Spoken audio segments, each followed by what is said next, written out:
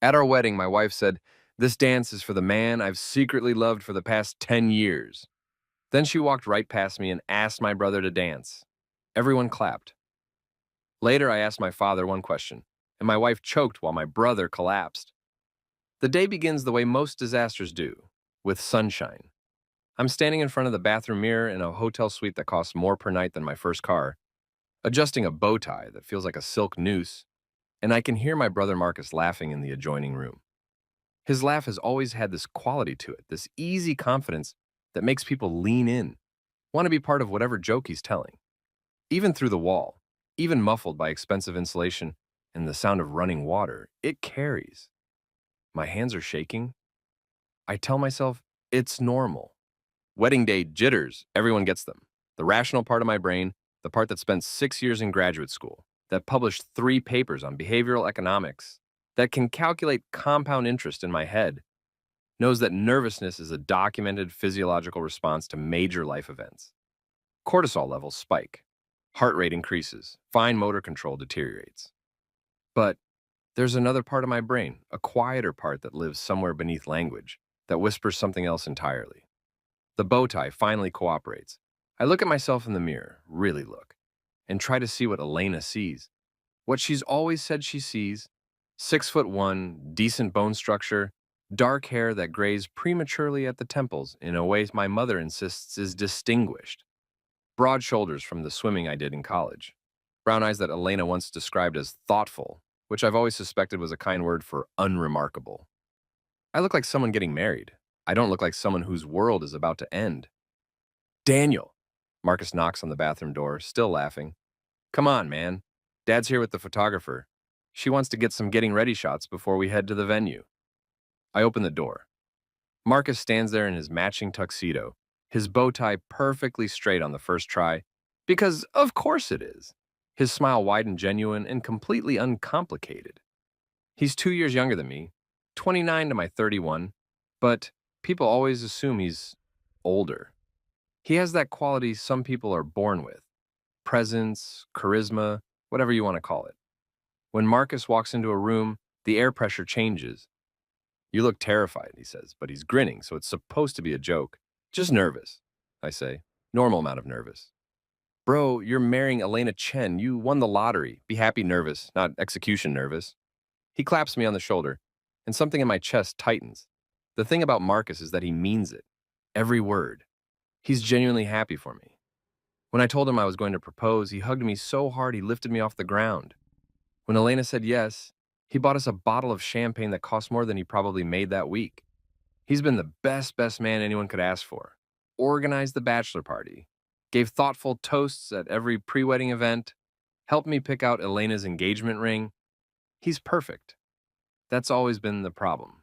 We walk into the main suite where my father's talking to the photographer, a woman in her 40s with impressive camera equipment and an air of patient professionalism.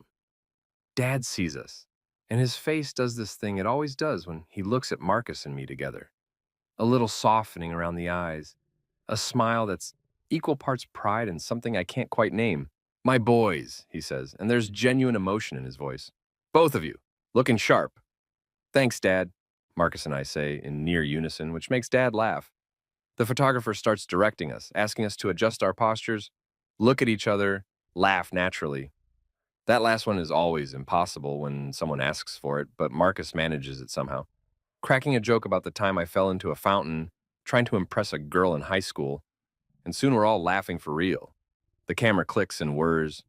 These are going to be beautiful, the photographer says. The love in this family just shines through. Love, yes, that's what we have. That's what we've always had. I think about Elena, probably getting ready in another suite on another floor, surrounded by her bridesmaids and her mother and her sister. I think about the first time I saw her, 8 years ago at a networking event I almost didn't attend. She was wearing a red dress and talking about sustainable urban development with an enthusiasm that made everyone around her lean in, exactly the way people lean in when Marcus talks. I fell in love with her instantly, or I thought I did. The truth is more complicated than that, more layered. The truth is that I fell in love with the idea of someone like Elena loving someone like me. Smart, beautiful, ambitious Elena who could have chosen anyone, choosing Daniel Foster, the steady one, the reliable one, The one who shows up on time and remembers anniversaries and reads all the books she recommends. I worked so hard to be worthy of her. Daniel? My father's voice pulls me back. You okay, son? Yeah, I say automatically. Just thinking about the ceremony. You're not having second thoughts, are you? This from Marcus, and his voice is playful, but there's something underneath it. Concern, maybe, or curiosity. No, I say, and I mean it. I'm not having second thoughts. I'm having a thought that's been growing in the space beneath thoughts for months now, maybe longer. A thought I've been trying to ignore, the way you ignore a distant sound in the night, telling yourself it's just the house settling, just the wind, just nothing. The thought sounds like Elena's laugh when Marcus tells a joke. The thought looks like the way her eyes find him in a crowded room. The thought feels like the pattern I've been unconsciously mapping for 10 months, ever since I proposed, and she said yes, and everything should have been perfect, but instead started feeling slightly imperceptibly wrong. Let's get one of just the brothers, the photographer says, and Marcus and I stand together, his arm around my shoulders, both of us smiling. Click, whir, flash. Evidence of our happiness, captured forever. The venue is a restored mansion on the coast, the kind of place that charges enough per hour to fund a small country's GDP. Elena chose it. Elena chose everything, really. The flowers, white orchids, and pale roses. The menu, locally sourced, seasonally appropriate.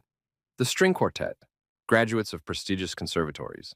The guest list, exactly 200 people, balanced carefully between our families and professional obligations. I arrived 2 hours before the ceremony, which the wedding planner insists is cutting it close. The planner is a woman named Claire, who speaks in a perpetual tone of controlled urgency, as if every wedding is one misplaced napkin away from complete collapse. Daniel, finally, she says, descending on me the moment I walk in. We need to do a walkthrough of the ceremony blocking. The officiant has some questions about the vows, and we need to finalize the pronunciation of Elena's grandmother's name for the reading. I follow her through the mansion's grand hallways, trying to absorb her rapid-fire instructions. The building is beautiful in that old money way, hardwood floors that creak with history, crown molding that required actual craftsmen, windows that look out over manicured gardens descending toward the ocean. Someone has filled every available surface with flowers, and the scent is almost overwhelming, sweet and funereal. In the main ballroom where the reception will be held, staff members are setting up tables with geometric precision. Each table has a centerpiece that probably costs more than my monthly rent. Each place setting includes more forks than any reasonable meal requires. Everything gleams. The first dance will happen here, Claire says, gesturing to a section of floor they've left clear. The DJ will announce you and Elena, you'll walk to the center, and then the spotlight will come on for your dance. We've timed it, 3 minutes and 42 seconds for the song you selected. After that, the DJ will invite everyone else to join, and we'll transition into the father-daughter dance, then the mother-son dance, and then open dancing. I nod, visualizing it. Elena and I, holding each other, turning slowly while 200 people watch. We practiced this. We took 4 lessons at a dance studio, Elena laughing every time I counted steps out loud.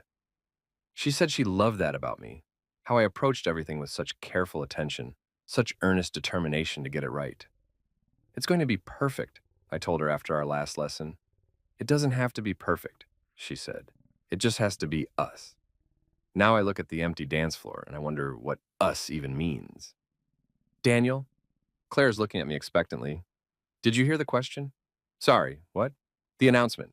When you and Elena enter for the first dance, we have it as Mr. and Mrs. Foster, but Elena wanted to check if you'd prefer Daniel and Elena Foster, or if she should keep her name, so it would be, she can keep her name, I say. Of course she can keep her name. Claire makes a note. So the DJ will say, Daniel Foster and Elena Chen? Sure. You should probably discuss this with Elena before. It's fine, whatever she wants. Claire looks at me for a moment longer than necessary, her professional mask slipping just enough for me to see concern underneath. But she recovers quickly, making another note, moving on to the next item on her infinite list. The officiant is a friend of Elena's family, a woman named Dr. Morrison, who teaches philosophy at the university where Elena got her undergraduate degree. She's in her 60s with silver hair and the kind of calm presence that makes you understand why people trust her to conduct the most important ceremonies of their lives. Daniel, she says warmly, shaking my hand, are you ready? As ready as I'll ever be. That's the spirit. She smiles. I wanted to go over the vows one more time. You and Elena both wrote your own, yes? I nod. My vows are memorized, rehearsed in front of the mirror until the words lost all meaning and became pure sound. I can recite them right now if needed. I can say them and mean them because they're true. Every promise I made on paper is a promise I intend to keep. The problem isn't the promises. The problem is the question I've been afraid to ask. Dr. Morrison walks me through the ceremony order. Processional, opening words, readings, vows, ring exchange, pronouncement, recessional. It's all very standard, very traditional, which is what Elena wanted. Something classic, she said. Something that feels timeless. And you're comfortable with everything? Dr. Morrison asks. Yes? No last-minute additions or changes? No. She studies me, and I have the distinct impression that she sees more than I'm saying. But philosophy professors are probably good at that. Reading subtext, understanding what people mean versus what they say. Marriage is a profound commitment, she says carefully. It's normal to feel uncertain, even scared. Those feelings don't mean you're making a mistake. They mean you understand the weight of what you're promising. I know, I say. I do understand. Good. She pats my arm. Then I'll see you in a few hours. After she leaves, I walk out to the gardens. The ceremony will take place on a stone terrace overlooking the ocean, white chairs arranged in perfect rows, an arch covered in flowers marking where Elena and I will stand. Beyond the terrace, a stone staircase leads down through the gardens to the cliffs. And beyond the cliffs, the Pacific stretches toward the horizon, vast and indifferent. I think about the ocean's depth. How much exists beneath the surface that we never see? I think about the question I asked my father 3 weeks ago, late one night when we were both unable to sleep and sitting in his kitchen drinking coffee at 2 in the morning. The question that's been sitting in my chest ever since, growing heavier. Dad, I said, do you think Elena loves me? He looks surprised. Of course she loves you. She's marrying you. I know, I stopped, trying to articulate the thing I'd been feeling. Do you think she loves me the way I love her? Or do you think she loves me because I'm safe? My father considered this for a long time. That's one thing I've always appreciated about him. He doesn't rush to reassurance. He thinks. Daniel, he said finally, I think Elena cares about you deeply. I think she respects you, trusts you, enjoys your company. And whether that's the same thing you feel for her, that's something only the two of you can determine. But you've noticed it, I said, haven't you? The way she looks at Marcus. The silence that followed was answer enough. I'm probably imagining it, I said quickly. I'm just nervous. Pre-wedding jitters? Maybe, Dad said. But he didn't sound convinced. Now, standing in the garden with the ocean wind cutting through my tuxedo, I pull out my phone. I have a text from Elena, sent 20 minutes ago. Can't wait to see you at the altar. I love you. I text back, love you too. And I do. That's the thing that makes this so complicated. I love Elena. I love her intelligence, her drive, the way she cares about making the world better. I love how she remembers small details about my students, how she leaves notes in my lunch, how she falls asleep during movies and then insists she was just resting her eyes. I love her enough to ignore what I've been seeing. Or I did, until 3 weeks ago when I asked my father that question and saw the truth reflected in his careful non-answer. The truth I've been building evidence for without meaning to. The truth that the patterns all point to, if you're willing to look at the data. Marcus's voice carries across the garden. He's talking to someone, the DJ, I think, his laugh bright and easy. He's been so helpful, so supportive. When I told him I was worried I'd mess up the first dance, he offered to practice with me. When I mentioned I was nervous about my vows, he read them over and said they were perfect. They're really moving. He's been the best brother anyone could ask for. I close my eyes and listen to the ocean. And I think about how drowning is supposed to be quiet. The guests arrive in waves, dressed in their wedding best, air-kissing and exclaiming over the venue. I watch from a window in one of the side rooms, trying to calm my breathing. Marcus is beside me, straightening his tie in a mirror. Big moment, he says. You ready? I think so. You think so? He laughs. Come on, man. You've been planning this for months. You've got this. I turn to look at him. Really look at him. My younger brother, who has always been the golden child without trying to be, who got straight A's without studying, made varsity as a freshman, dated the homecoming queen, who now works in marketing at a tech startup and has a salary that makes my academic income look like lunch money. Marcus, I say, can I ask you something? Of course, show anything. Do you think Elena and I are right for each other? He blinks, surprised. What kind of question is that? You're getting married in like 30 minutes. I know, just tell me honestly. Do we make sense together? Marcus is quiet for a moment, and I can see him actually considering the question, not just rushing to reassurance. This is one of the things I respect about him, despite everything. He has emotional intelligence. He pays attention. I think, he says carefully, that you and Elena are both good people who care about each other. And I think that's a pretty solid foundation for a marriage. But do we make sense? I press. The way some couples just fit? Daniel. He puts a hand on my shoulder, looks me directly in the eye. You're overthinking this. You always overthink things. Elena said yes. She wants to marry you. That's all that matters. I nod, but his answer feels like an evasion. Like a lawyer responding to a question with technically accurate information that somehow misses the point. Claire appears in the doorway. Okay, gentlemen, it's time. Daniel, we're seating your mother. Marcus, you'll walk her down and then take your place at the altar. Daniel, you'll be escorted by your father and then wait at the front. Everyone clear? We follow her instructions like actors, moving through a well-rehearsed play. My mother, beautiful in her blue dress, takes Marcus's arm and smiles up at him with obvious affection. They walk down the aisle together, and I watch from the doorway as guests turn to admire them. They look perfect together. My mother's elegance, matching Marcus's easy charm. Then it's my turn. My father offers his arm, and we walk down the aisle together. The guests rise. I can feel 200 pairs of eyes on me. But I keep my gaze forward, focused on the flower-covered arch where Dr. Morrison stands waiting. The music swells. The bridesmaids process down the aisle in their pale pink dresses, moving in synchronized steps. Elena's sister, her maid of honor, winks at me as she passes. Then, the music changes to the bridal march, and everyone rises again and Elena appears. She's breathtaking. Her dress is simple but elegant, fitted at the bodice and flowing from the waist, with delicate lace sleeves that catch the light. Her dark hair is swept up, a few carefully placed strands framing her face. She's holding a bouquet of white roses and orchids, and she's crying. Happy tears that she's not even trying to hide.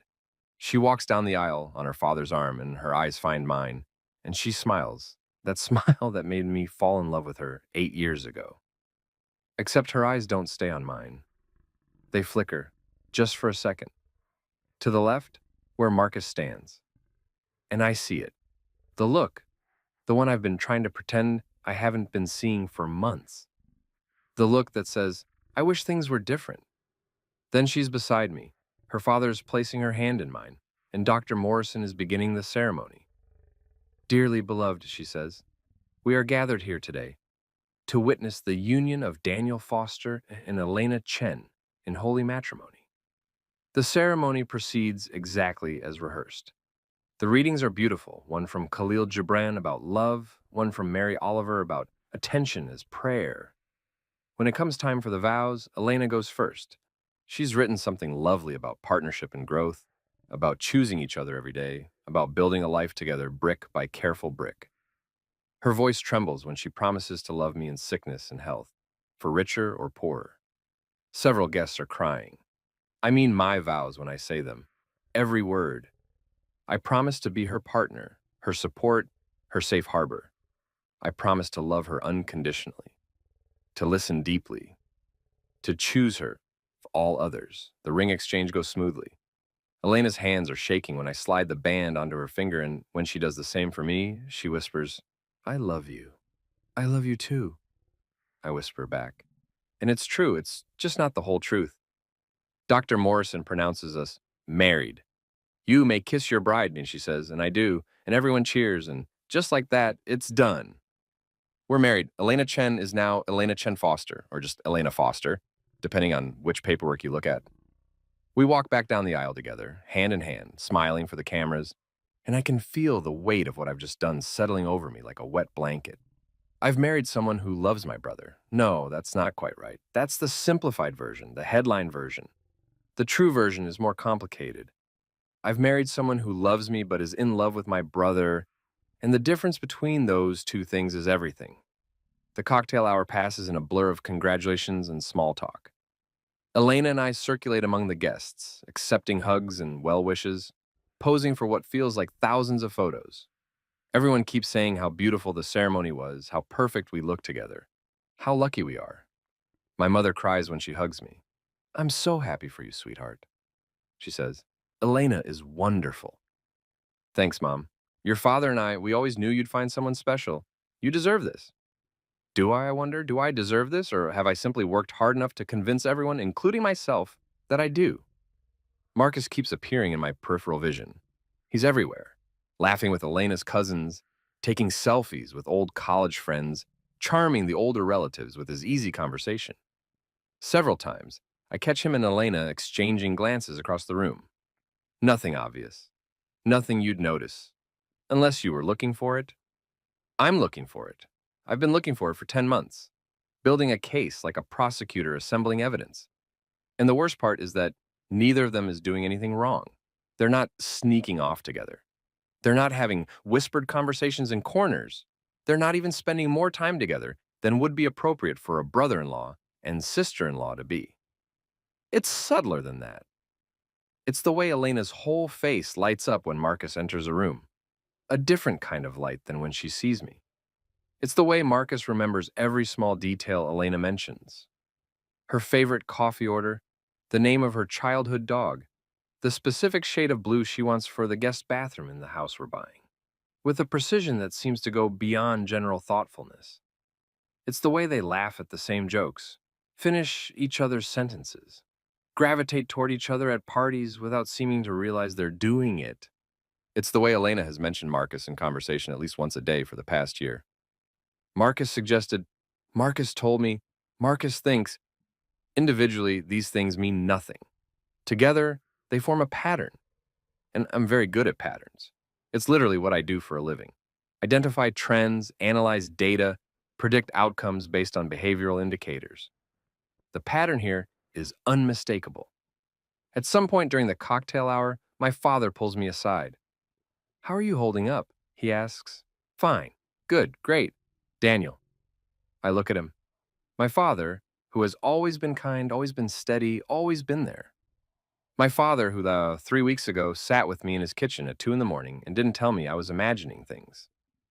I'm okay, Dad, I say. Really? Are you sure? His voice is gentle. Because if you're having doubts, if something doesn't feel right, it's done now, I interrupt. We're married, whatever what I was worried about, it doesn't matter anymore. It always matters, he says quietly. Daniel, if Elena, Dad, please. I can hear the edge in my own voice. Not today, not now. He studies my face for a long moment, then nods. Okay, but if you need to talk, I'm here. I know, thank you. Claire appears with her clipboard, looking slightly frantic. Daniel, Elena, we need you for pictures with the wedding party. The photographer wants to use the golden hour light. Elena and I are herded outside with the bridesmaids and groomsmen.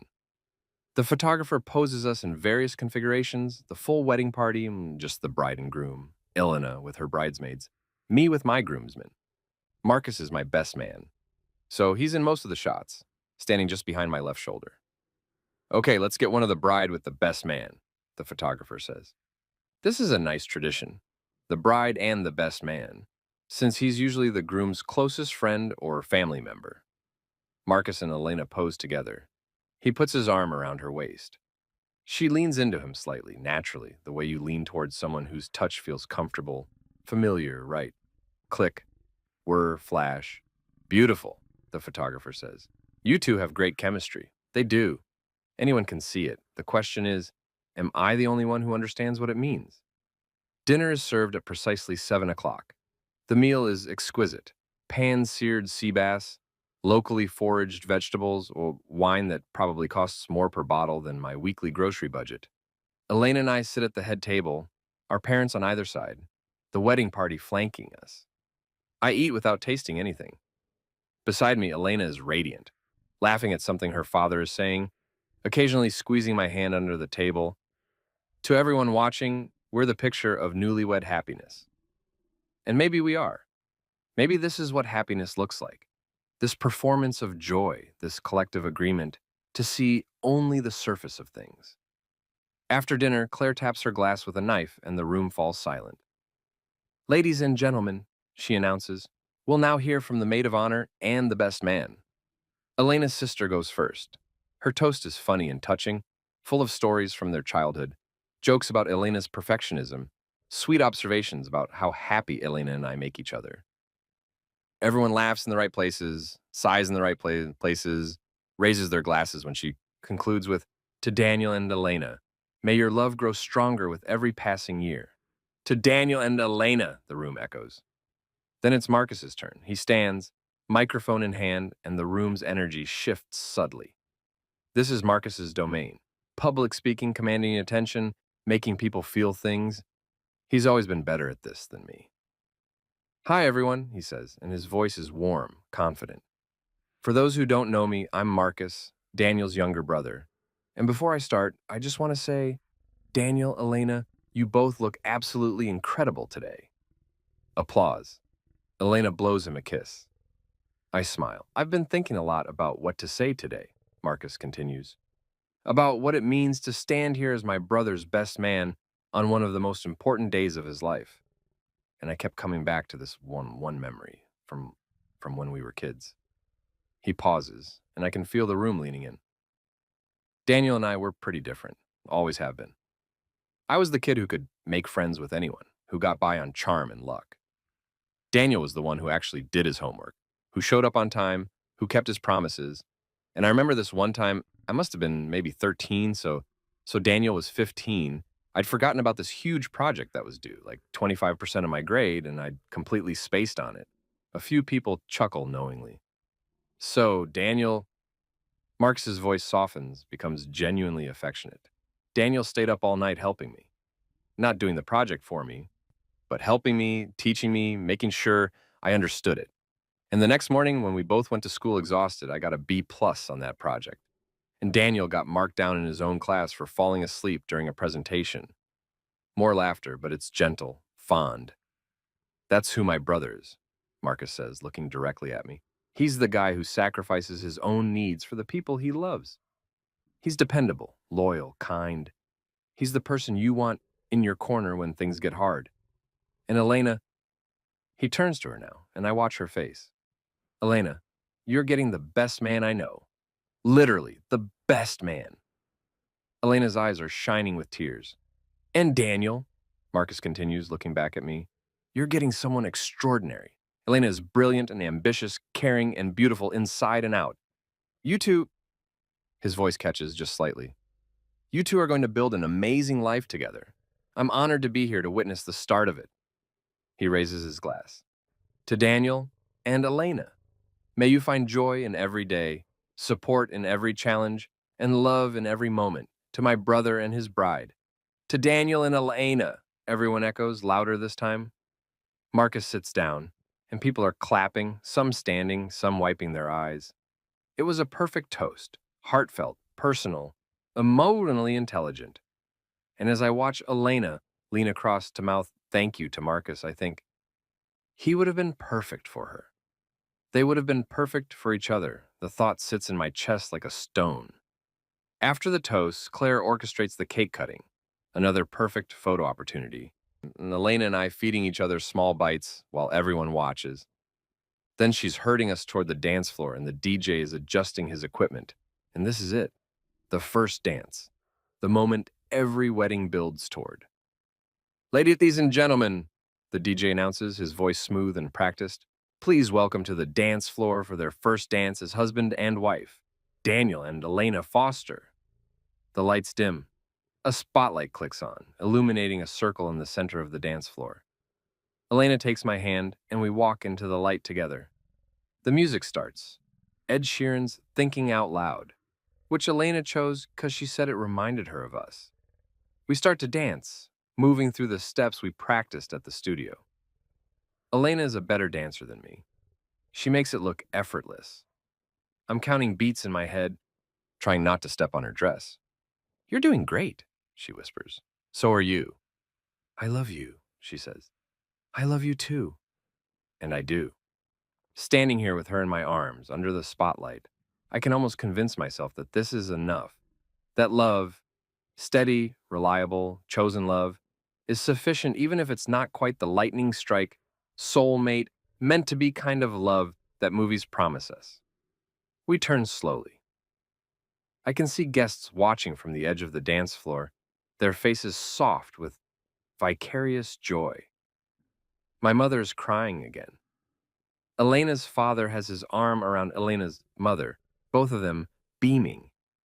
And Marcus is standing near the front of the crowd, watching us with an expression I can't quite read. The song continues. Elena rests her head on my shoulder, and I hold her close, and this should be perfect. This should be the happiest moment of my life. Instead, I'm thinking about the question I asked my father 3 weeks ago. The question that's been growing in me like a tumor, pressing against my lungs, making it hard to breathe. "Daniel?" Elena lifts her head to look at me. "Are you okay?" "Yeah, just overwhelmed. It's a lot." "I know," she smiles. "But we did it. We're married." "We're married," I repeat. The song is building toward its crescendo, almost over. Just a few more bars, and then we can invite everyone else to join us, and I can disappear into the crowd, and this moment will become just another memory, another photograph in an album. But then the music cuts out, just stops. The sudden silence is jarring. People murmur in confusion. The spotlight holds on Elena and me, frozen mid-dance. The DJ fumbles with his equipment, says something about technical difficulties, and then Elena does something I will never forget. She steps back from me, just one step, but it's the most final movement I've ever seen. A step that creates distance, that breaks the circle of our embrace, that says, "Wait." "Ladies and gentlemen," she says, and her voice is loud enough to carry even without a microphone. The room falls completely silent. "I'm sorry, there's something I need to say." My heart stops. "Elena?" I reach for her, but she steps back again, shaking her head. "I need to say this," she repeats. She's looking out at the crowd now, not at me. I need everyone to hear it.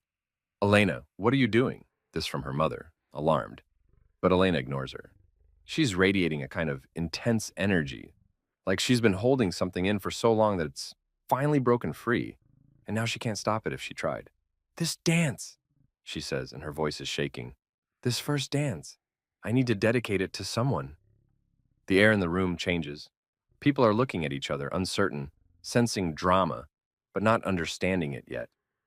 "Elena," I start, but she cuts me off. "I need to dedicate this dance to the man I've secretly loved for the past 10 years. The room explodes into whispers. I hear gasps, shocked exclamations.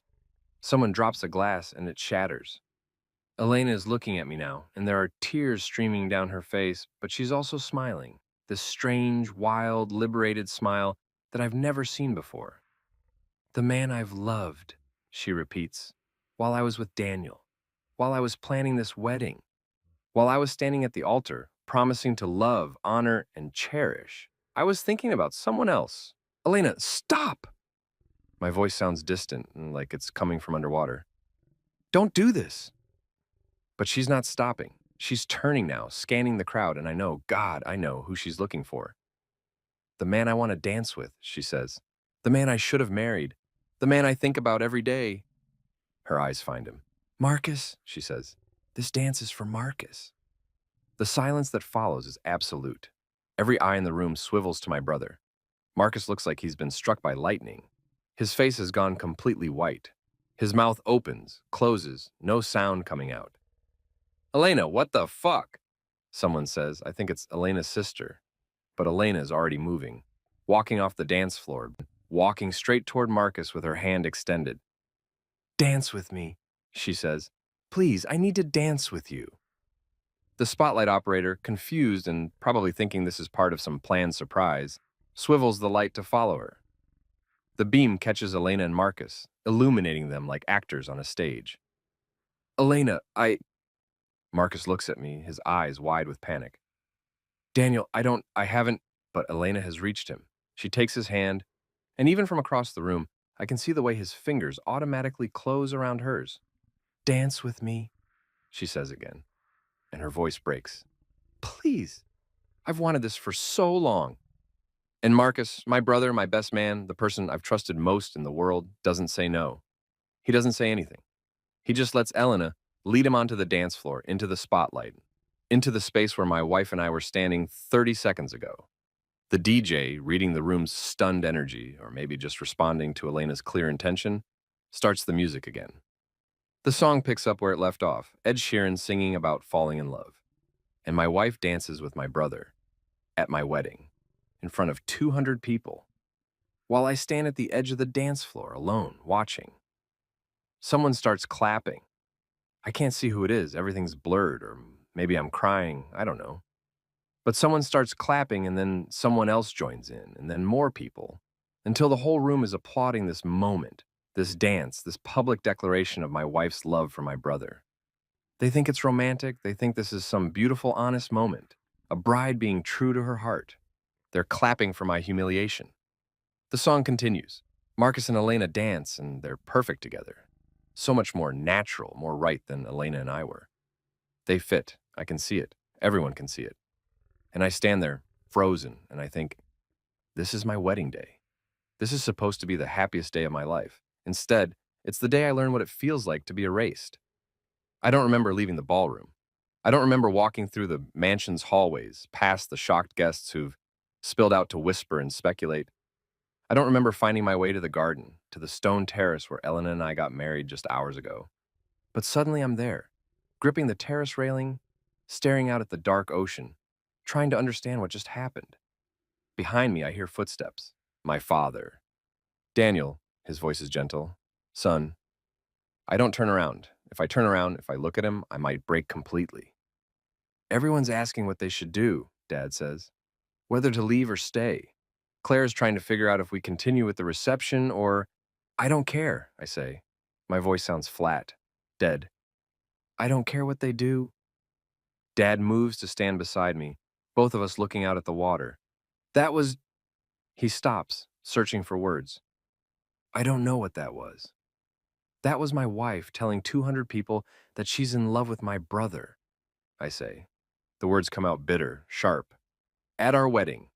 During our first dance. I know. Did you know? I turn to look at him now. Did you know she felt that way about Marcus? Dad's face is troubled. I knew something wasn't right. I could see the way she looked at him. But I hoped, it was just a passing thing. An infatuation. I didn't think she would... He gestures helplessly back toward the ballroom. That. I laugh and it comes out wrong. Too high, too jagged. Of course you didn't. Because who does that? Who stands at the altar, says vows, puts on a ring, and then announces to everyone that she loves someone else? Someone who's been lying to herself, Dad says quietly. Someone who couldn't keep lying anymore. That's not an excuse. No, he agrees, it's not. We stand in silence. The ocean wind is cold, cutting through my tuxedo. I'm shaking, but I don't know if it's from the temperature or shock or rage or grief. Where's Marcus? I ask. Still inside. Elena was trying to talk to him, and he looked devastated. Whatever she said up there, I don't think he was expecting it. Do you believe that? I look at Dad. Do you really think Marcus didn't know? Dad considers this carefully. I think Marcus might have suspected Elena had feelings for him, but I don't think he encouraged them. I don't think he acted on them. Your brother has a lot of faults, but he's not cruel. Then why didn't he say no? My voice breaks. When she asked him to dance, why didn't he refuse? Why didn't he tell her that this was wrong, that this was my wedding, that she was my wife? I don't know, Dad says. Shock maybe, confusion, or he wanted to dance with her, I finish. Because he loves her too. The silence that follows confirms it. I need to ask you something, I say. The question I asked you 3 weeks ago, you remember? I remember. You said you'd noticed, the way Elena looks at Marcus. But there's something else I need to know. I take a breath. Has Marcus ever talked to you about Elena? About having feelings for her? Dad is quiet for a long moment. Too long. Dad, I press him, I need to know. Last year, he says finally, last October, Marcus came to me and he was troubled. He said he thought Elena was attracted to him, and he didn't know what to do about it. He asked if he should distance himself, maybe move to a different city for a while. My chest tightens. What did you tell him? I told him that if he thought there was a problem, he should talk to you about it directly, that you deserved to know if something was going on. But he never talked to me. Oh, Dad says. He didn't. I processed this. Marcus knew. Not just suspected, knew. Elena had feelings for him strong enough that he could see them, strong enough that he considered leaving town to avoid temptation. And he never said a word to me. Instead, he stayed. He helped me plan the proposal. He organized my bachelor party. He stood beside me at the altar as my best man, all while knowing. I need to ask you one more question, I say, and I need you to tell me the truth no matter how bad it is. Dad nods. Anything. I look at him directly. Do you think they've slept together? The pause before he answers tells me everything. I don't know for certain, he says carefully, but I've seen things that made me wonder. What things? Phone calls that end abruptly when you enter the room. Inside jokes that seem too intimate. The way Marcus looks at Elena when he thinks no one's watching. Dad's voice is heavy with regret. I should have said something. I should have pushed Marcus to talk to you, or I should have talked to you myself. But I kept thinking maybe I was wrong. Maybe I was reading too much into things. I didn't want to cause problems if there weren't any. There were problems, I say. There are problems. My wife just announced her love for my brother in front of everyone we know. I know. Daniel, I'm so sorry. I shake my head. The apology is useless. Everyone's sorry. Sorry doesn't undo what happened. Sorry doesn't change the fact that I've been humiliated on what was supposed to be the most important day of my life. Sorry doesn't answer the question that matters most. What do I do now? Behind us, the terrace door opens. Marcus. Daniel, he says, and his voice is wrecked. Daniel, I need to talk to you. I don't turn around. I don't want to talk to you. Please, you have to let me explain. Explain what? I whirl to face him. Explain how my wife is in love with you. Explain how you knew and never said anything. Explain why you danced with her in front of everyone instead of telling her to stop. Marcus's face is streaked with tears. I've never seen him cry before. Not like this. I didn't know she was going to do that, he says. Daniel, I swear, I had no idea she was going to, but you knew she had feelings for you. He freezes, looks at our father. Dad told you. Yes. Daniel, it wasn't, I never encouraged it. I never what? I step toward him. Never touched her, never thought about her. No, never wished things were different. He stops, swallows. I tried not to. The admission hangs in the air like smoke. Tried not to, I repeat. That's what you're going with? You tried not to fall in love with my fiancée? I didn't fall in love with her, Marcus says, but his voice is weak. She's amazing, Daniel. Anyone can see that. And sometimes I thought about, but I never acted on it. I never told her how I felt. I never did anything wrong. You did everything wrong! I'm shouting now, and I don't care who hears. You should have told me. You should have left. You should have done something other than stand next to me at my wedding, pretending everything was fine while you were in love with my bride. I'm not, Marcus starts, then stops. I don't know what I feel. Well, figure it out, I say. Because my marriage just ended before it even began, and I need to know if it was for nothing or if at least someone got what they wanted. Daniel, please. But I'm done.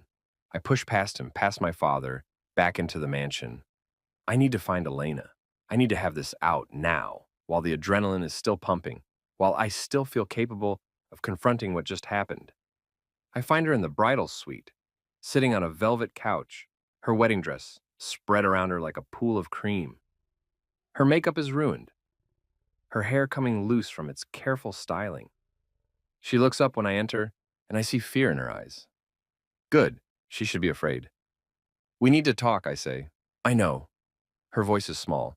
Daniel, I'm so sorry. Don't. I hold up a hand. Don't apologize, not yet. First, I need you to tell me the truth, all of it. How long have you been in love with Marcus? Elena closes her eyes. I don't know. Years, maybe since the beginning. The beginning. She's known Marcus as long as she's known me. They met at the same party where Elena and I first spoke. I introduced them. Since the beginning, I repeat.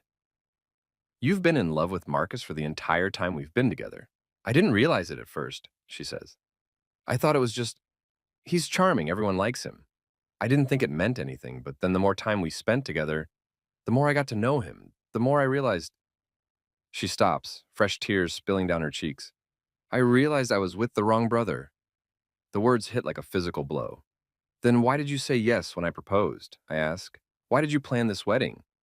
Why did you stand at that altar and say vows if you knew you were in love with someone else? Because I love you, she says desperately. Daniel, I do love you. You're kind and smart and thoughtful but I'm not Marcus. No, she whispers. You're not Marcus. The truth settles over us like ash. Did you sleep with him? I ask. No, say Elena looks horrified. Daniel, no, I would never, we never, but you wanted to.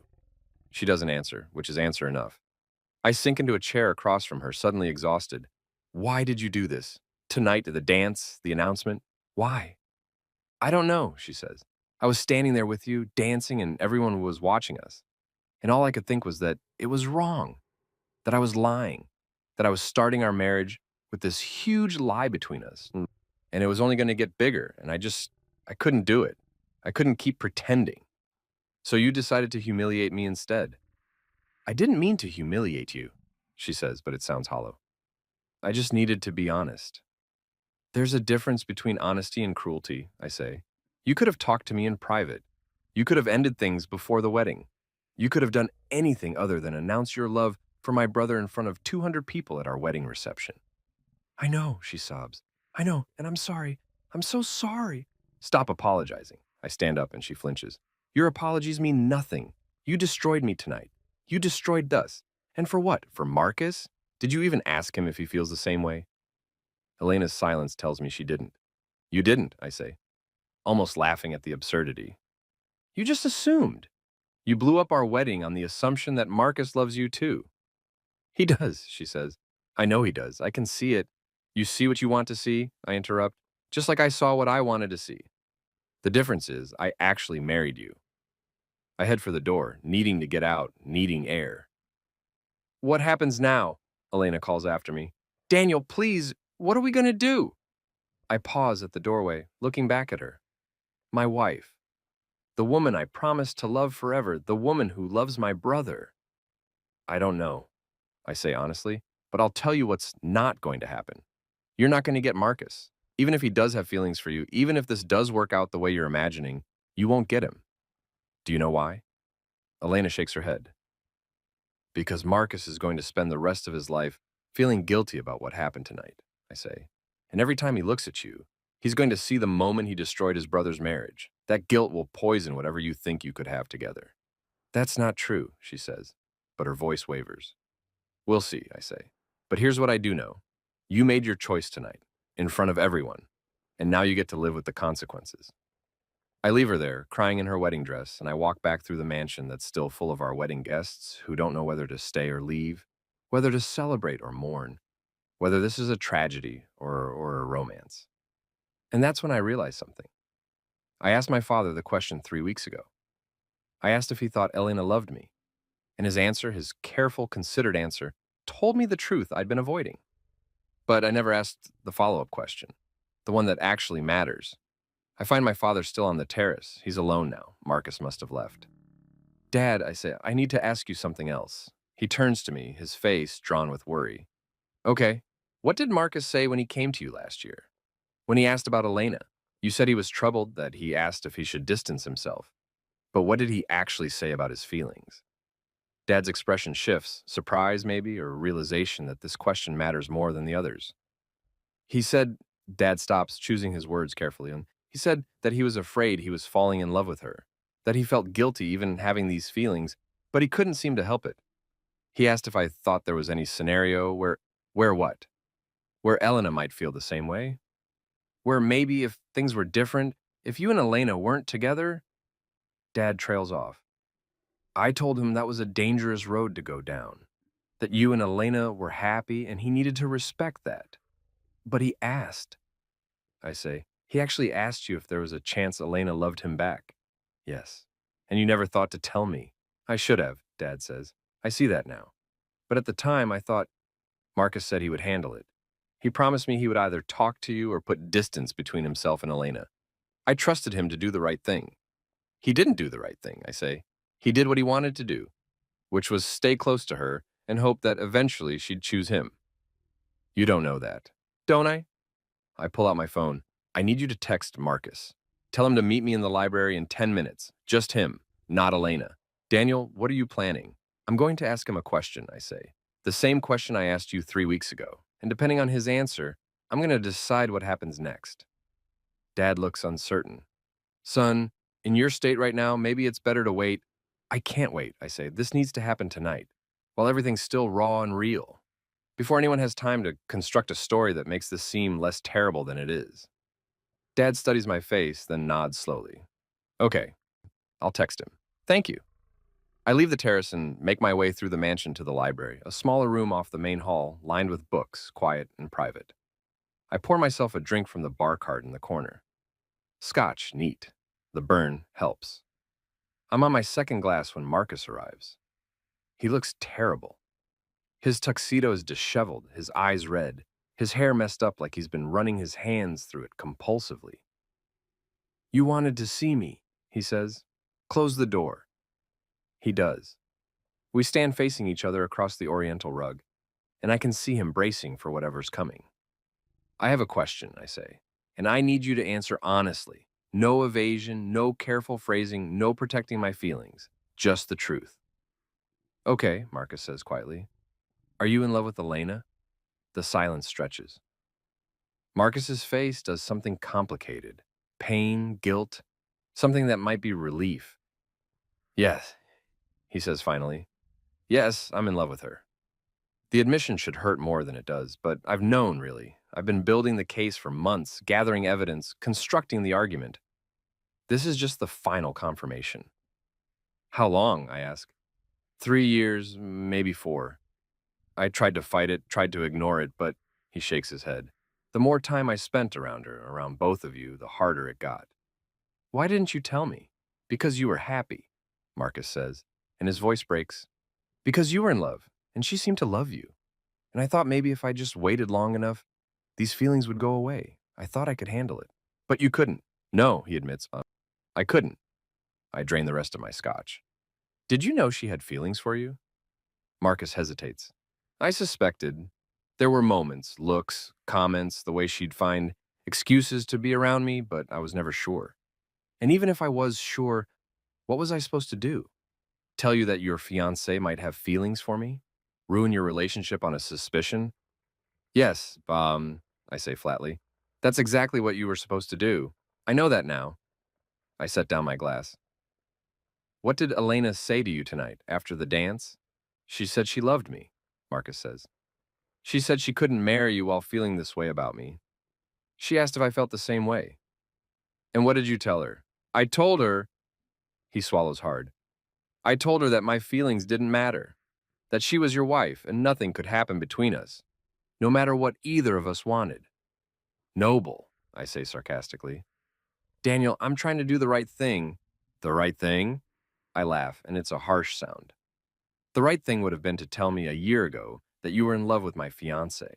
The right thing would have been to skip the wedding, to move to another city, to do literally anything other than stand beside me as my best man while secretly loving my bride. You're right, Marcus says. You're absolutely right. I fucked up. I was selfish and cowardly, and I hurt you, and I can never... His voice breaks completely. I can never take that back. I look at my brother, younger by 2 years, taller by an inch, blessed with every natural advantage I had to work twice as hard to achieve. My brother, who I've loved and envied and admired my entire life. My brother, who is in love with my wife. Here's what's going to happen, I say. I'm going to ask you one more question, and your answer is going to determine everything that comes next. Marcus nods. Okay. If you could have her, I say slowly, if Elena and I weren't married, if there was no guilt or consequence, if you could just be with her, would you? Daniel, that's not fair. Answer the question. Marcus closes his eyes. A tear escapes down his cheek. Yes. God help me, yes. If things were different, if I could... Yes. I would want to be with her. Thank you, I say. Thank you for finally being honest. I walk past him toward the door. What are you going to do? Marcus asks. I pause, hand on the doorknob. I'm going to get everyone back in the ballroom. And then I'm going to ask Elena a question.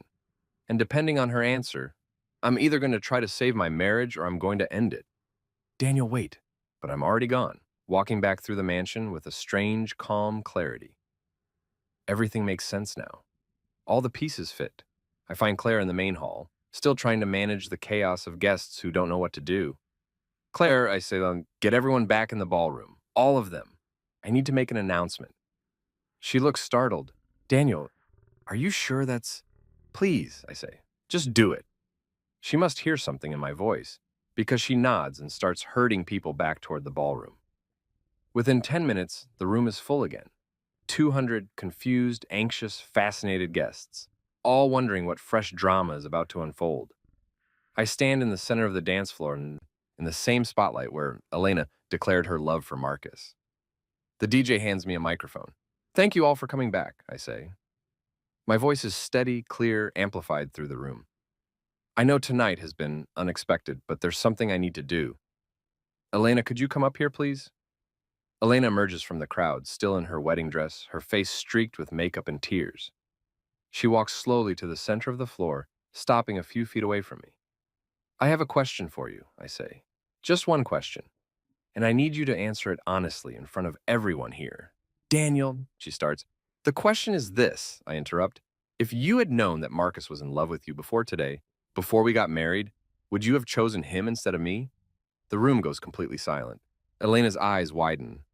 She looks at Marcus, who's standing at the edge of the crowd looking stricken. Answer honestly, I repeat, because everyone here just watched you declare your love for him at our wedding. So let's finish this. Let's find out if this was just a moment of panic or if you've actually been in love with him all along. Would you have chosen him? Elena's crying again, but I can see her gathering herself, preparing to answer. And that's when my father steps forward from the crowd. Before she answers, Dad says, his voice carrying across the room, I have something Elena and Marcus both need to hear. Everyone turns to look at him. What is it, Dad? I ask. He walks to the center of the floor, stands between Elena and me. His face is grave, almost apologetic. 10 years ago, he says, when Marcus was 19 and Daniel was 21, Elena was a freshman at the university, and Marcus met her first. The crowd murmurs. Elena looks confused. Marcus has gone white. They dated, Dad continues, for 6 months. It was fairly serious enough that Marcus brought her home for Thanksgiving. But then they broke up. Elena said she wanted to focus on her studies. Marcus was heartbroken, but he moved on. What does this have to do with... Elena starts. 2 years later, Dad says, Daniel met a woman at a networking event. A beautiful, ambitious woman who seemed perfect for him. He introduced her to us, brought her to family dinners. That woman was Elena, but she never mentioned that she'd dated Marcus. And Marcus, when he saw her again, didn't say anything either. My mind is racing, trying to process this. You're saying Elena and Marcus dated before she and I met? Yes, Dad says. Why didn't anyone tell me? Marcus asked me not to, Dad says. He said it was in the past, that it didn't matter anymore, that he didn't want to complicate your relationship with Elena by bringing up ancient history. I turn to Elena. Is this true? You dated my brother before you met me? Elena's face is a mask of guilt. Yes, I didn't think it mattered. It was so long ago, and we were kids. But you knew, I say. When you met me, when we started dating, you knew I was Marcus's brother, and you never thought to mention that you dated him. I didn't want to make things weird, she says desperately. It was years in the past. I thought we could just move forward. I look at Marcus. And you? You just let me fall in love with your ex-girlfriend without saying a word? I thought she'd tell you, Marcus says, and when she didn't, I figured she had her reasons. And by the time it might have mattered, you were already in love with her, and I didn't want to ruin it. Ruin it, I repeat. You mean like how tonight's ruined? No one answers. I look at my father. You knew about this. For 8 years, you knew that Elena had dated Marcus, and you never told me. I promised Marcus I wouldn't, Dad says. And I hoped that it was truly in the past, that whatever they'd had was over and done with. I didn't realize until recently that maybe it wasn't. The pieces are all rearranging themselves in my mind, forming a different picture than the one I thought I'd been looking at. Elena didn't just fall in love with Marcus during our relationship. She'd been in love with him before we even met. She'd dated him first, broken up with him, and then, 2 years later, started dating me. Me. The older brother, the safe choice, the reliable backup plan. You never got over him, I say to Elena. Did you? When we met, when you started dating me, you were still in love with Marcus. No, she says, but it's weak. I mean, I don't know, maybe, but I fell in love with you too, Daniel. What I feel for you is real. Just not as real as what you feel for him, I finish. She doesn't deny it. I turn to Marcus. And you, when Elena and I started dating, how did you feel about it? Marcus's face is devastated. I was jealous, but I told myself I didn't have a right to be. We'd broken up. She'd moved on. And you were so happy, and I thought maybe she was better off with you. You could give her stability, commitment, things I wasn't ready for back then.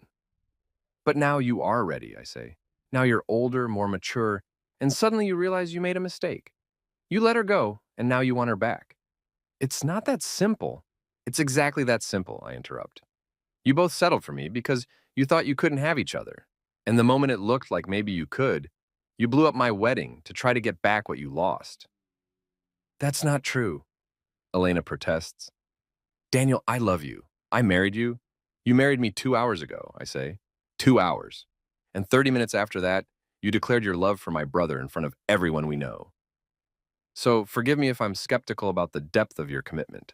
I look out at the crowd, 200 faces, all watching this disaster unfold, all bearing witness to the moment my marriage died before it even began. And suddenly I'm tired. So incredibly tired. I'm done, I say into the microphone. This wedding is over. Thank you all for coming. We're sorry for the... I laugh bitterly. We're sorry for the inconvenience. I drop the microphone. It hits the floor with a loud screech of feedback. And then I walk out of the ballroom, out of the mansion, out into the night, where the ocean wind cuts through my tuxedo and reminds me that I'm still capable of feeling something, even if it's just cold. Behind me, I hear Elena calling my name. I don't stop. I just keep walking. I spend the night in my car in the mansion's parking lot. I know this is pathetic. I know I have hotel rooms paid for that I could go literally anywhere else. But the thought of being in a room, in a bed, in any space that was meant for Elena and me together, I can't do it. So I recline the driver's seat of my Honda Civic as far as it will go, and I close my eyes and I try not to think. It doesn't work. My brain keeps replaying the night in excruciating detail. Elena's face when she announced her love for Marcus. The applause, the spotlight following them onto the dance floor. Marcus's confession in the library. My father's revelation about Elena and Marcus's previous relationship. Every moment is a fresh cut. Around 3 in the morning, someone knocks on my car window. I jolt awake. I must have finally fallen asleep and see my father standing outside, looking worried. I unlock the door and he slides into the passenger seat. I've been looking for you for hours, he says. Sorry. Don't apologize. I understand. He pauses. Are you okay? I laugh. No, Dad, I'm really not okay. Stupid question, he admits. I'm sorry, I don't know what to say. I don't know how to fix this. You can't fix it, I say. No one can. It's broken in a way that can't be repaired. We sit in silence for a while. Outside, the sky is beginning to lighten. Not quite dawn, but that pre-dawn gray that promises sunrise is coming. Why didn't you tell me? I ask finally. About Marcus and Elena dating before? If you'd told me from the beginning, I never would have. I know, Dad says. I've been asking myself that same question all night. Why didn't I tell you? And the truth is, I was trying to protect Marcus. He asked me to keep it secret, and I thought it was the right thing to do. I thought it was in the past, that it wouldn't matter. It mattered, I say. It was the only thing that mattered. I see that now. Daniel, I'm so sorry. If I could go back. But you can't, I interrupt gently. None of us can. We can only deal with what is, not what should have been. Dad nods. What are you going to do about the marriage? I don't know. Legally, we're married. But emotionally, practically, there's no marriage to save. How can there be? She's in love with Marcus. She's always been in love with Marcus. I stop, the realization hitting me fully for the first time. I was just the brother who was available. That's not fair to yourself, Dad says. Elena does love you. Maybe not the way you want to be loved, but nothing. Either she loves me enough to choose me or she doesn't. And last night, in front of 200 people, she chose Marcus. Marcus told her they can't be together, Dad says. After everything, after the dance and your confrontation in the library, he told her that nothing could happen between them. That you were his brother and he wouldn't betray you like that. How noble, I say bitterly. Except he already betrayed me. We both know that. I know. Where are they now? Elena and Marcus? Elena is still at the venue, I think, in the bridal suite. Her mother and sister are with her. Marcus left around midnight. I don't know where he went. I check my phone. Multiple missed calls and texts, mostly from Elena. A few from Marcus. Several from friends and family. All variations of, "Are you okay?" and "What can I do?" I text my department head, a woman named Dr. Patterson who's been both a mentor and a friend, and tell her I won't be coming in on Monday, that I need some time. She responds immediately, despite the early hour. "Take all the time you need. I'm so sorry. Everyone's sorry." I need to get out of here, I tell Dad. Away from the venue, away from the city. I just need space. Where will you go? I don't know. Does it matter? Dad considers this. No, I suppose it doesn't. But let me drive you somewhere. You shouldn't be driving in your state. I'm fine. Daniel, I look at my father, this man who tried to protect both his sons and ended up helping neither, and I see genuine anguish in his face. Okay, I say. You can drive. We get out of my car and into Dad's SUV. As he pulls out of the parking lot, I look back at the mansion one last time. In the growing light, it looks beautiful, elegant, timeless. The kind of place where fairy tales are supposed to come true. Instead, it's the place where mine ended. Dad drives me to a cabin he owns in the mountains, about 3 hours north of the city. It's a small A-frame structure on the edge of a lake, surrounded by pine trees, the kind of place where you can't get cell service, and the nearest town is 30 minutes away. It's perfect. There's food in the pantry, Dad says as he helps me bring my suitcase inside. At some point, he must have grabbed it from the hotel. Canned goods, pasta, stuff that keeps, firewood in the shed out back. The water's from a well, so it's safe to drink but tastes a little metallic. Thanks, Dad. I can stay, if you want, or I can come back in a few days to check on you. I need to be alone, I say. But thank you for everything. He hugs me and I let him, and for a moment, I'm a kid again, believing that my father can fix anything. Call me if you need anything, he says. Even if it's just to talk, okay? Okay.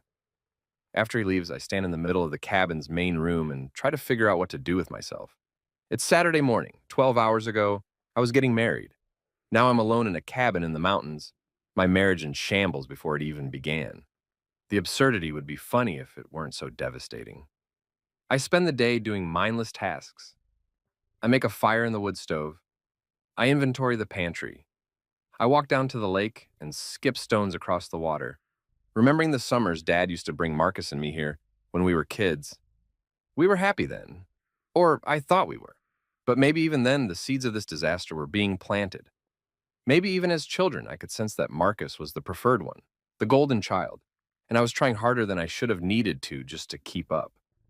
My phone has no service, but I brought my laptop and there's satellite internet that's slow but functional. Against my better judgment, I open my email. There are hundreds of messages.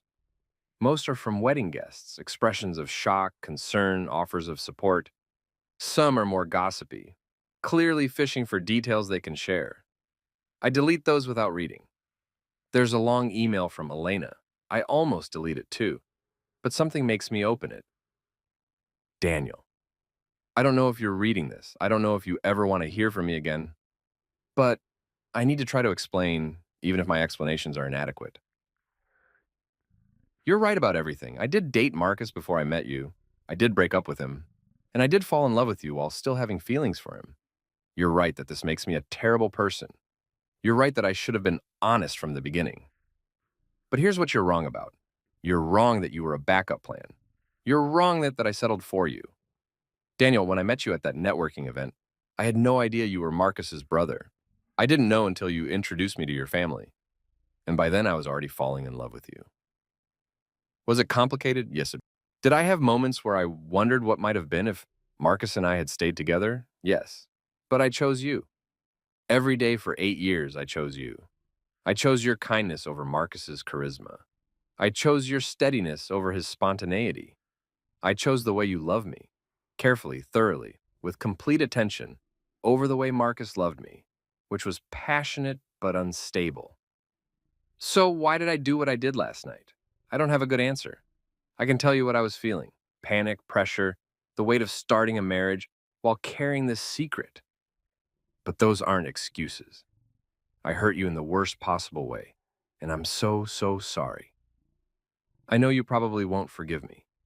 I know our marriage is likely over before it really started, but I want you to know that these 8 years with you were real. My love for you is real. Even if it's complicated by my feelings for Marcus, even if it's not the pure, uncomplicated love you deserved, it's real. I hope you find peace, Daniel. I hope you find someone who loves you the way you deserve to be loved. I hope you can eventually forgive me, even if you can't forgive what I did. I'm so sorry. Elena, I read the email 3 times. Each time I feel a different emotion: anger, grief, something that might be understanding. She's right about some things. She did choose me, at least until last night. And maybe her feelings for Marcus were complicated, not clear cut, not the simple narrative I've been constructing in my head. But she's also wrong about the most important thing. She says she chose me every day for 8 years. But the truth is, she chose the idea of me. She chose what I represented: stability, a safety, the good on paper partner who made sense. She chose me the way you choose a sensible investment or a practical car, not the way you choose someone you can't live without. And last night, when given the opportunity to be honest, to choose passion over practicality, she chose Marcus, or tried to. I close my laptop. Outside, the sun is setting over the lake, painting the sky in shades of orange and pink. It's beautiful in that indifferent way nature is beautiful, continuing to exist regardless of human drama, cycles of day and night proceeding, whether I'm married or devastated or both. I build a fire in the wood stove and make myself dinner: canned soup, crackers, nothing that requires thought. Then I sit in front of the fire and try to figure out what comes next. The practical steps are clear. I need to talk to Elena about annulment or divorce.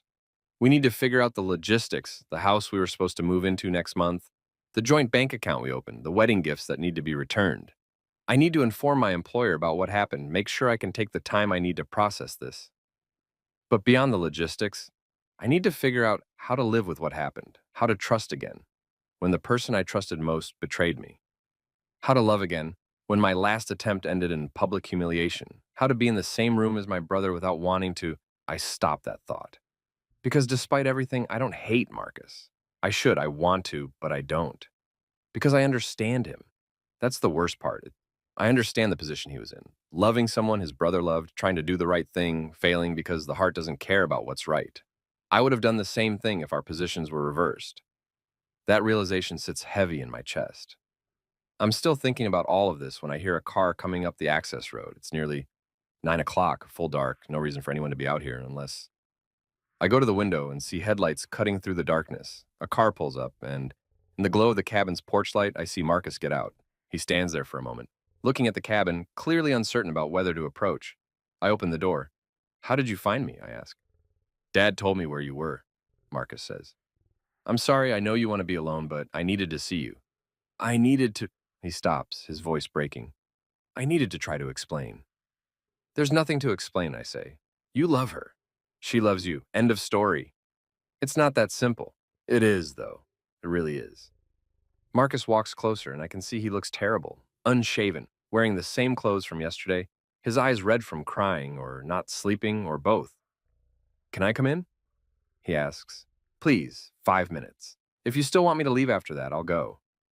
Against my better judgment, I step aside and let him in. Marcus stands in the middle of the cabin's main room, looking around like he's trying to memorize it. We spent summers here as kids, swimming in the lake, hiking in the woods, telling ghost stories around campfires. Good memories. Now they're tainted. "I'm not going to be with her," Marcus says abruptly. "Elena, I told her no." "I know. Dad told me." "Did he tell you why?" "Because I'm your brother. Because you don't want to be the guy who destroyed his brother's marriage." "Yes," Marcus says, "but also because—" He stops and struggling with something. "Because I don't actually know if what I feel for her is real love or just wanting something I can't have." I look at him sharply. "What do you mean?" "When Elena and I dated 10 years ago, it was intense but brief. 6 months. And when she ended it, I was heartbroken, but I moved on. I dated other people, had other relationships, and I was fine. I didn't spend those 2 years pining for her. So, so when she showed up again as your girlfriend, it stirred up all these old feelings. But were they real feelings for her of as a person, or were they just nostalgia, ego, the idea that maybe I'd let something special slip away? You're asking me to explain your feelings to you? I say incredulously. No, I'm telling you that I've been thinking about this all night, trying to figure out what's real and what's just fantasy. And the truth is, I don't know. Maybe I do love Elena. Or maybe I'm just in love with the idea of her, with the version of our relationship I've built up in my head over the years. That doesn't make what you did okay, I say. I know, nothing makes what I did okay. But I want you to understand, I never set out to hurt you. I never planned to fall in love with your girlfriend. It just happened. And once it did, I didn't know how to unfuck the situation. I sink into one of the cabin's worn armchairs. You should have told me. The moment you realized Elena and I were together, the moment you felt anything beyond, oh, that's my ex, you should have told me. I know. But you didn't. Because you wanted to keep the door open. You wanted to see if maybe, eventually, she'd realize she still loved you. Marcus is quiet for a long moment. Then, yes, God help me, yes. I kept hoping that you and Elena would break up naturally, that she'd realize we were wrong for each other, and then maybe, after a respectful amount of time, we could all live happily ever after. I finished bitterly. Except that's not what happened. What happened is that I proposed. She said yes. We planned a wedding, and you stood beside me as my best man while secretly loving my bride. I'm sorry, Marcus says. And he's crying now, openly. Daniel, I'm so fucking sorry. I know that doesn't fix anything. I know I destroyed something we can never get back. But I need you to know you're my brother. You're my family. And I would give anything, anything, to undo what happened. I look at him, my younger brother, who has always been charmed, always been lucky, always gotten what he wanted without trying as hard as I had to try. Except this time, he's not getting what he wanted. Do you know what the worst part is? I say. The worst part isn't that you fell in love with Elena. The worst part is that I understand why. She's amazing. Anyone would fall in love with her. And if I'm being honest, brutally, painfully honest, you probably would have been better for her than I am. That's not true. It is, though, I interrupt. Elena needs someone who matches her energy, her passion, her spontaneity. I'm too careful, too measured. I approach love the way I approach research, methodically, analytically. That's not what she needs. Maybe, Marcus says carefully. Or maybe she needs both. Maybe that's why she was torn. She wasn't torn, I say. She chose you. Maybe not with her words or her actions before last night, but in her heart, she chose you. The dance was just her admitting it publicly. But I told her no, Marcus says again. I told her we can't be together, no matter what we feel. Because you're my brother, and that matters more than... Don't, I interrupt. Don't make yourself the hero of this story. You're not refusing her out of nobility. You're refusing her out of guilt. And that guilt is going to eat at you for the rest of your life. Marcus sinks into the chair across from me. What do you want me to say? What do you want me to do? I want you to answer one question honestly, I say. And depending on your answer, I'll tell you what happens next. Okay. I lean forward, looking him directly in the eye. If you could go back to 10 years ago, when you and Elena were dating, if you could give your younger self one piece of advice about that relationship, what would you say? Marcus doesn't hesitate. Don't let her go. The answer hangs in the air between us. That's what I thought, I say quietly. Daniel, go home, Marcus. Get some sleep. And when Elena asks you again, because she will ask you again, tell her yes. What? Marcus looks stunned. I'm not going to... Yes, you are, I say, because I'm giving you permission. Because I'm telling you that I'm not going to stand in the way of you being with the person you actually love. But you and Elena are married. Barely, for one night. An annulment will be easy, the marriage was never consummated, and we can argue that Elena was under duress or confused or whatever legal argument makes sense. It'll be like it never happened. Daniel, you can't just... I can, I interrupt. I can decide that I don't want to be married to someone who's in love with my brother. I can decide that I deserve better than being someone's second choice. And I can decide that my relationship with you matters more than a marriage that was doomed from the start. Marcus is crying again. I don't deserve your forgiveness. You're right, I agree. You don't. But I'm giving it to you anyway, because I'm tired of being angry. Because I'm tired of this consuming everything. Because I want to move on, and I can't do that if I'm holding on to resentment. What about Elena? What about her? Do you forgive her too? I think about this. I don't know yet. That's more complicated, but eventually, yes, I think I will, because staying angry at her only hurts me, not her. Marcus stands up, walks to the window, looks out at the darkness. This doesn't feel right. It feels like you're sacrificing yourself for us. I'm not sacrificing anything, I say. I'm choosing myself for once. I'm choosing to not be in a relationship with someone who wishes I was someone else. That's not sacrifice, that's self preservation. But you love her. I do, but I admit. I'll probably always love some version of her, but I can't be married to her. Not after last night. And not knowing what I know. Marcus turns to face me. What do I tell her? Tell her I stop thinking. Tell her that I'm filing for an annulment. Tell her that we're both free to move on with our lives. Tell her that I hope she's happy and I mean it. Do you? Mean it? Ask me in a year, I say. Right now, I'm not sure what I feel except tired, but I think eventually, yes. I'll want her to be happy, even if that happiness is with you. Marcus moves toward me like he might hug me, but I hold up a hand. Not yet, I say. I need time before we can, whatever our relationship is going to be after this. I need time before we get there. I understand. Good. Now go home, drive safe. And Marcus? Yeah? Don't fuck it up with her, I say. If you're going to be with Elena, if I'm going to lose her to you, at least make it worth it. Love her the way she deserves to be loved. Make her happy. Don't make my sacrifice meaningless. It's not a sacrifice, Marcus says. Yes, I say quietly. It is. After he leaves, I sit in front of the fire and watch the flames dance. Outside, I hear his car start up, drive away, the sound fading into silence. And then I'm alone. Really, truly alone. I think about what comes next. The annulment proceedings. Dividing up the wedding gifts. Explaining to friends and family what happened. The gossip, the sympathy, the inevitable questions about how I'm doing. I think about Elena, brilliant, beautiful, complicated Elena, and how she'll probably be happy with Marcus. How they'll be good together in a way she and I never quite were. I think about my brother and how we'll rebuild our relationship slowly over years until maybe someday I can be in the same room with him without feeling this ache in my chest. And I think about myself and what I want my life to look like now that it's no longer tied to Elena's. The answer surprises me. I want to be alone for a while. Really alone. Not dating, not looking for someone new to fill the Elena-shaped hole in my life. Just alone. Figuring out who Daniel Foster is when he's not trying to be worthy of someone extraordinary. Maybe I'll discover I'm actually okay on my own. Maybe I'll discover I'm more than just the careful, reliable, safe choice. Maybe I'll discover that being second best in someone else's story doesn't mean I can't be the hero of my own. The fire crackles, the cabin is warm. Outside, the stars are probably visible if I wanted to look up, but I don't. I just sit here in this moment, letting myself feel everything: grief, anger, betrayal, relief, hope, exhaustion. Tomorrow, I'll start figuring out the practical next steps. Tomorrow, I'll begin the process of unmaking my marriage and rebuilding my life. But tonight, I just sit with the wreckage and let myself be broken. Because sometimes, before you can heal, you have to fully acknowledge the wound. And this wound, this humiliation at my own wedding, this betrayal by the two people I loved most, this discovery that the life I thought I was building was built on sand, this wound is deep. But I'll survive it. I'm good at surviving. It's what the careful, reliable, safe brother does.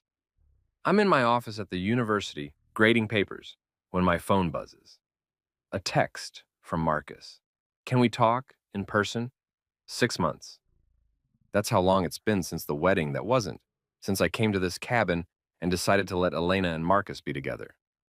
In those 6 months, I've done the work of dismantling a marriage that barely existed. The annulment went through easily. We cited fraud, argued that Elena entered the marriage under false pretenses, which was technically true. The house we were supposed to move into went back on the market. The wedding gifts were returned with apologetic notes.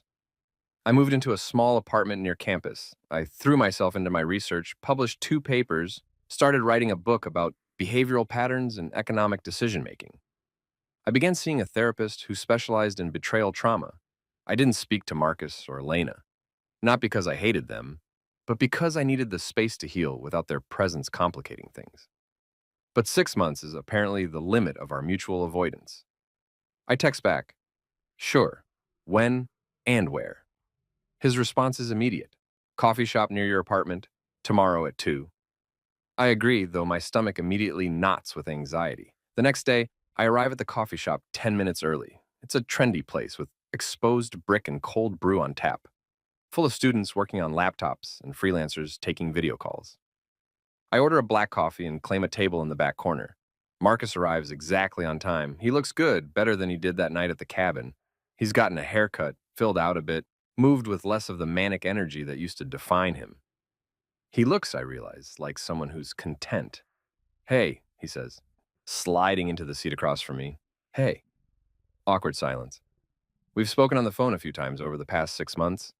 Brief, logistical conversations about dividing up some shared belongings, coordinating with Dad about family events. But we haven't been face to face since that night. You look good, Marcus says finally. Healthy. Thanks, you too. More silence. Then Marcus takes a breath, clearly gathering courage. Elena and I are together, he says. Officially. We've been dating for about 4 months now. I nod, I already knew this. Dad told me gently a few months ago.